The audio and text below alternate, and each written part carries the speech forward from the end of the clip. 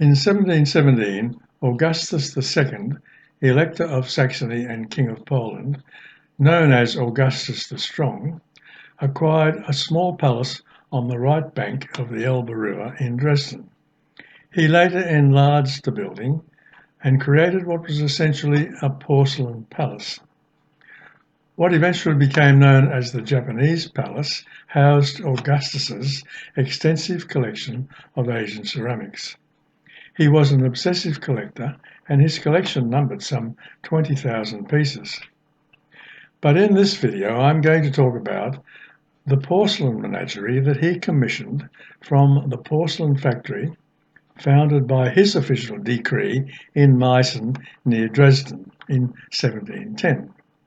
The Meissen factory became the first commercially viable European factory to produce a type of high-fired porcelain that closely resembled the much coveted Chinese and Japanese wares which were being imported into Europe at the time.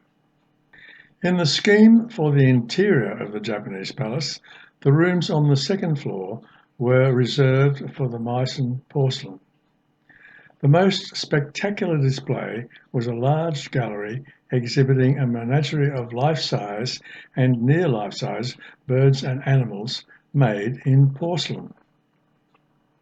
The famous sculptor at that time at the Meissen factory was Joachim Kaendler, who was responsible for the major part of the production of these animal sculptures. But it became clear that porcelain was not a suitable material for large-scale sculptures. When fired, even after adjustments to increase the strength of the material, the porcelain would crack or slump out of shape, and it was not possible to apply the enamel colours and risk another firing. Many of the large figures were coloured using oil paint. You can see the relics of this on this sculpture of the Condor. Understanding the limits of the material, Kaendler was able to produce this enormous number of animal sculptures.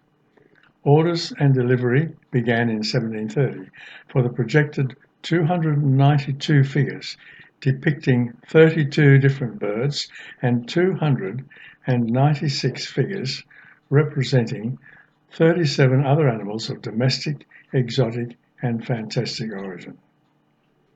Creation of the figures continued until 1736, some 3 years after Augustus's death.